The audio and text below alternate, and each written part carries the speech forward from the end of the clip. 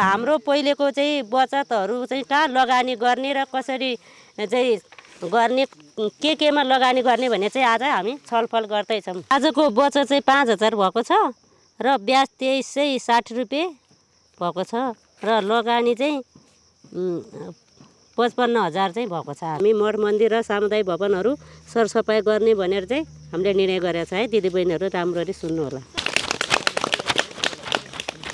समूह नहुँदाखेरि त हामीले कहिले पनि नपताउने नि। अब तिमीले तिर्नै सक्दैन, तिमीहरूको कमाइ नै छैन भन्छ होइन। अनि आज ल्यायो भने अब यति दिनभित्रमा तिमीले तिरेन भने तिमीलाई यति ब्याज लाग्छ नि भनेर पनि थर्काउँथ्यो होइन।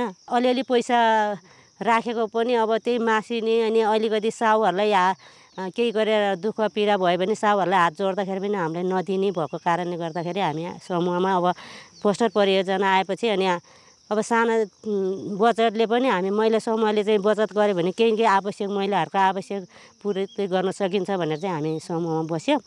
बसिसकेपछि अहिले हाम्रो दिदीबहिनीहरू धेरै सहज भएको छ। हिसाब गर्न पनि जाने छ दिदीबहिनीहरूले। अनि आज यति भएको छ यति भयो है भन्ने चाहिँ अलिकति ट्यालेन्ट भएको छ। अनि गाउँपालिकामा के आउँछ भन्ने पनि अब उहाँहरूले चाहिँ थाहा पायो नि त।